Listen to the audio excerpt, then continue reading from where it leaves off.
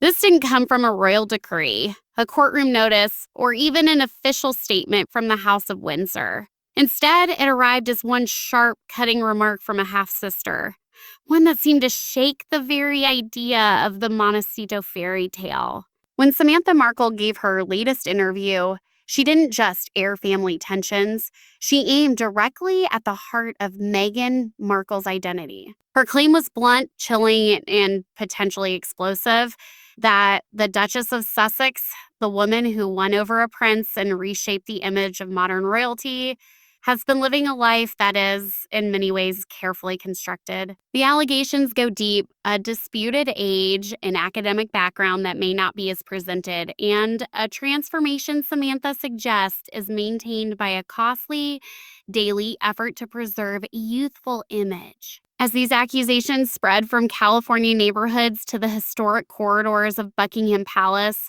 one heavy question lingers: if the woman admired worldwide was, in fact, a curated persona, what happens when that narrative begins to unravel? The opening move in this challenge to the Duchess's story wasn't about hidden journals or royal disputes. It centered on something far simpler: her age. Samantha Markle raised what initially sounded like a trivial question: whether Meghan is truly 44, but quickly escalated it into something far more serious.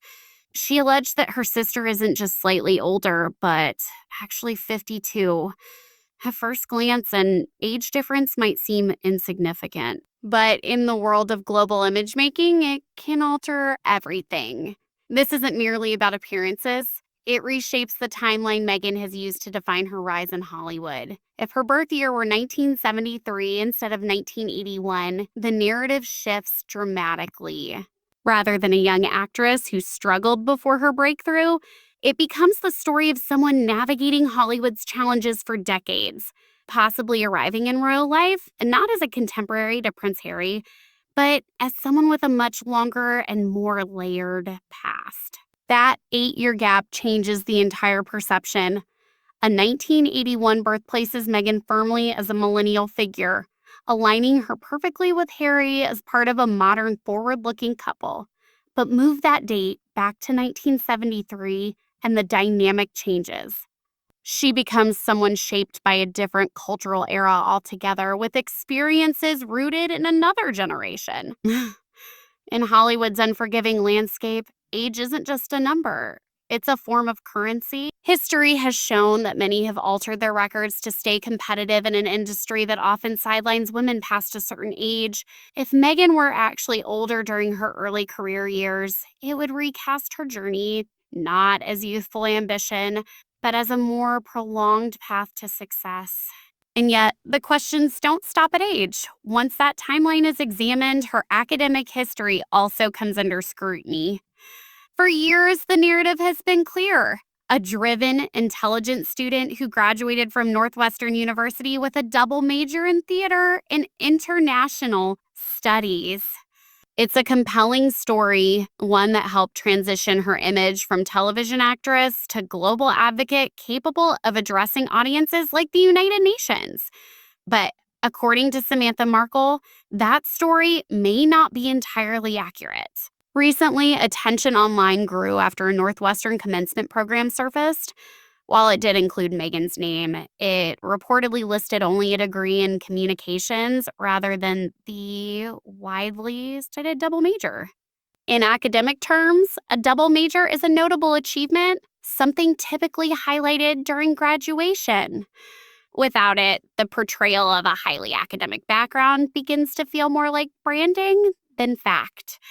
As more people revisit her college years, further inconsistencies have been suggested. Consider the well-known Argentina story. Meghan has often described celebrating her 21st birthday while interning at the U.S. Embassy in Buenos Aires. Based on a 1981 birth year, this would place the internship in 2002, neatly fitting between her junior and senior years.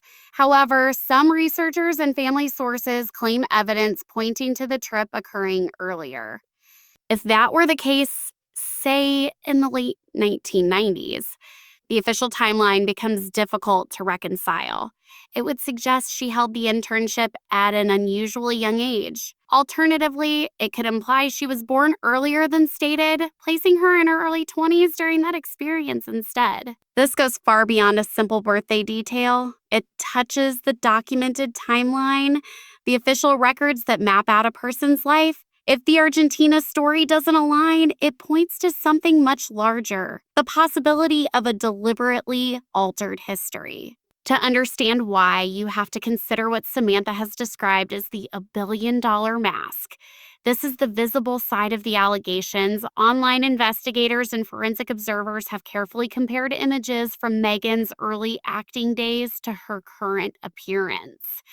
Samantha claims that Meghan's look reflects significant investment in top-tier Beverly Hills clinics. The speculation includes procedures like an upper blepharoplasty, an advanced eyelid lift designed to maintain a youthful, refreshed look, as well as consistent use of dermal fillers to preserve a sharply defined jawline that might not naturally appear that way over time. Of course, cosmetic enhancements are common in Hollywood.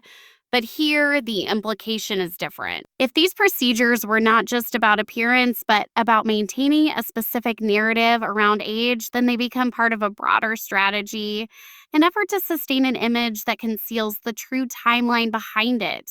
However, appearance alone can't fully shape perception. Reputation plays its own role, and stories from Meghan's university years present a contrasting image. Some former classmates have shared accounts suggesting a personality that doesn't align with the polished humanitarian image seen today. Instead, they describe behavior that came across as pretentious rather than compassionate. One frequently mentioned anecdote involves Meghan allegedly approaching someone drinking diet soda and criticizing it harshly, calling it unnatural. Another rumor centers on a so-called eyelash glue prank involving a roommate in a situation that reportedly escalated to the point of disciplinary consequences. While these incidents could be dismissed as typical college-era drama, they add to a broader narrative that the refined public persona may have been carefully shaped over time. This naturally raises a more difficult question. What did Prince Harry know? The royal family operates on principles of lineage, transparency, and trust. If any part of Meghan's background were misrepresented, it would represent more than just personal conflict. It would challenge the integrity of the institution itself. If Harry entered the marriage without full awareness, it could reflect poorly on the vetting process traditionally associated with royal unions. On the other hand, if he was aware and chose to support a certain narrative, it would raise questions about his credibility. The monarchy's stability depends heavily on trust and accurate historical record. Any suggestion of inconsistency invites scrutiny from critics who already question its relevance. Beyond royal implications, there's also the impact on their public and commercial identity. Since stepping back from royal duties, Harry and Meghan have built their brand around personal storytelling and authenticity. Their partnerships with major media platforms rely heavily on public trust, but trust is fragile. If audiences begin to doubt the authenticity of their narrative, the value of that brand could decline rapidly. Companies are often reluctant to associate with figures who face widespread credibility concerns. If the carefully presented image, intellectual, humanitarian, and transparent, comes into question, it risks undermining the foundation of everything they've built. Meanwhile, as these claims circulate, the silence from their Montecito residents has become increasingly noticeable. In the past, Meghan has addressed criticism through media channels or official responses.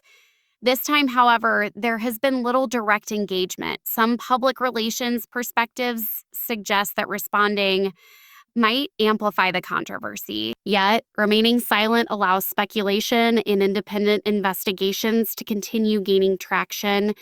In today's digital landscape, where archival material and shared information are easily accessible, unanswered claims tend to grow rather than fade. As time passes without a response, scrutiny intensifies. Past interviews and statements are being revisited with greater attention to detail. For example, in one widely shared clip, Meghan spoke about modest childhood experiences, such as eating at an inexpensive salad bar. Critics, including Samantha, have contrasted this with claims that their father had financial stability, working in Hollywood, and even winning the lottery, allowing access to private education.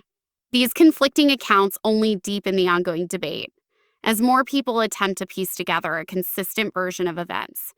The gap between the image of a struggling daughter and that of a privately educated student only adds to the growing uncertainty. If her early life could be reshaped into a more relatable narrative, it raises a broader question: what else might have been adjusted? The idea of a self made success story is compelling, but it depends on solid facts. When those details begin to weaken, the central figure shifts from being seen as resilient to appearing more calculated.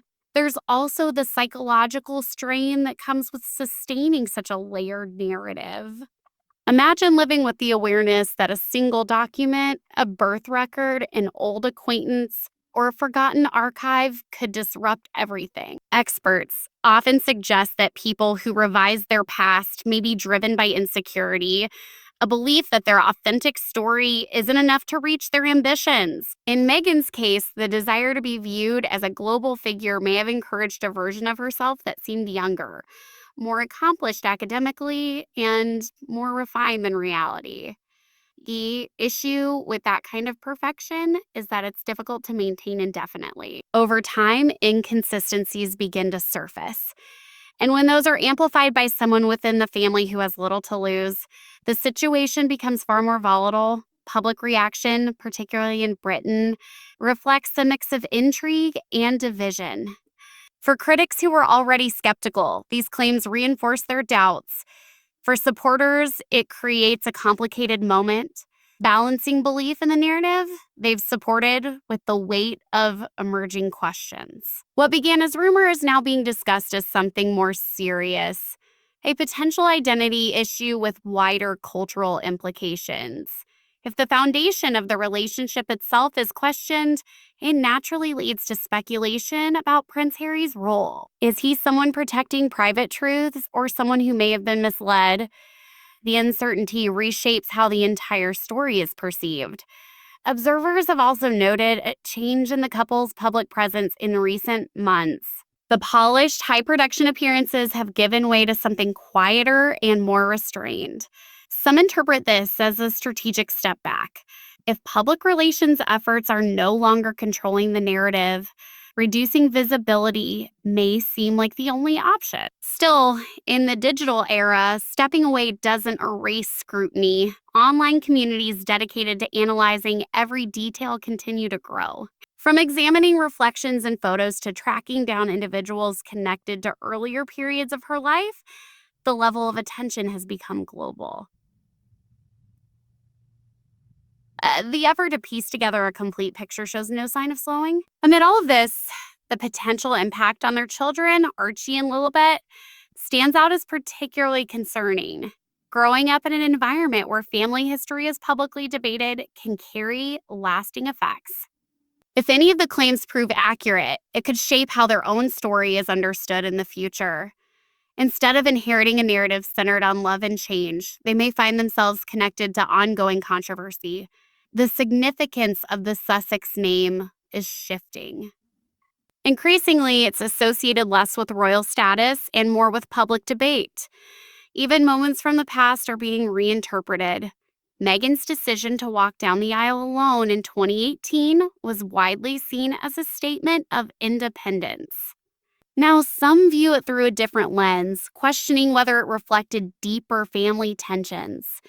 The absence of other family members at the wedding, once attributed to personal disputes, is now being reconsidered by critics as potentially strategic. Meanwhile, her mother, Doria Ragland, who has largely remained out of public controversy, is now part of the conversation through her silence, prompting questions about what she may or may not know. As 2026 progresses, calls for clarity are becoming louder. Some are pushing for official academic records to be confirmed and for birth documentation to be made public. While privacy remains important, the situation is complicated by the fact that personal narratives have been presented as part of a public-facing brand. This situation is increasingly being viewed not as media intrusion, but as a form of public scrutiny applied to a highly visible personal story. Questions continue to build, and for now, many remain unanswered. One of the most persistent areas of curiosity is the so-called missing years. If alternative timelines are considered, there's a period in the 1990s that appears less clearly documented in widely known accounts. That gap has become a focal point for ongoing speculation. According to the official version, those years were spent in school and university. But the alternative narrative paints a very different picture, one of a woman who may have lived a full life long before Hollywood ever recognized her name. It raises speculation. Were there other relationships, different careers, even alternate identities? The lack of clear information from that period creates a gap where rumors naturally thrive. Until that time frame is supported by verifiable facts, Samantha's allegations will continue casting a shadow over everything tied to the Duchess. Then there's the silence from Montecito, a silence that feels telling. It suggests behind-the-scenes legal discussions, efforts to contain the situation, and perhaps attempts to reshape the narrative yet again. But there's a limit to how many times a story can be revised before the audience begins to question it entirely. The fairy tale, the prince, the palace, the global spotlight once captivated the world, but truth has a way of catching up, regardless of how carefully an image is maintained. Samantha Markle's interview didn't just stir controversy. It may have unraveled a thread that threatens the entire structure of the Duchess's public identity. The issue of authenticity becomes even more complex when considering the couple's philanthropic work. Through the Archewell Foundation, they've promoted values like transparency, compassion, and accountability, highlighting initiatives involving mental health, refugees, and digital safety. However, if questions about Meghan's own narrative persist, it creates a striking contradiction. Advocating for truth in the digital age becomes more complicated when personal details such as age, education, and career timeline are themselves under scrutiny. This tension could affect relationships with major global organizations that depend on credibility and trust in their representatives. There's also the potential impact on Prince Harry's memoir, Spare. In it, he presents a deeply personal and candid account of his life, emphasizing honesty in his struggle against misinformation.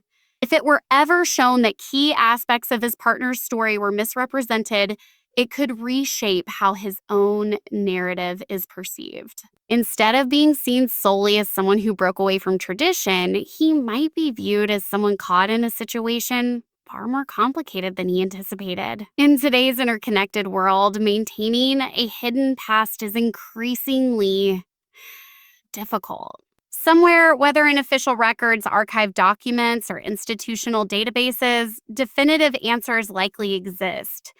What began as family conflict has evolved into a broader discussion about public figures and accountability in an age where information is constantly being revisited and reanalyzed. This situation now feels less like tabloid drama and more like a case study in how modern public personas withstand intense scrutiny. Can a carefully built image endure that level of examination, or are we witnessing the unraveling of something that held together for years? As more attention is drawn to these questions, the global audience continues to watch closely. The narrative is shifting, and with it, perceptions are changing. What remains unclear is how it will ultimately resolve and who, if anyone, will emerge unaffected. In closing, what we're left with is a far more complicated picture than before. The once seamless story is beginning to show cracks, and whatever the truth may be, it's coming into focus with increasing intensity. The Duchess now faces judgment not in a courtroom, but in the arena of public opinion where perspectives are shaped in real time. Whether this is a case of misunderstanding, exaggeration, or something more deliberate, one thing is certain. The story as it was once known will not be viewed the same way again. The image is shifting and tension is turning toward what lies beneath it.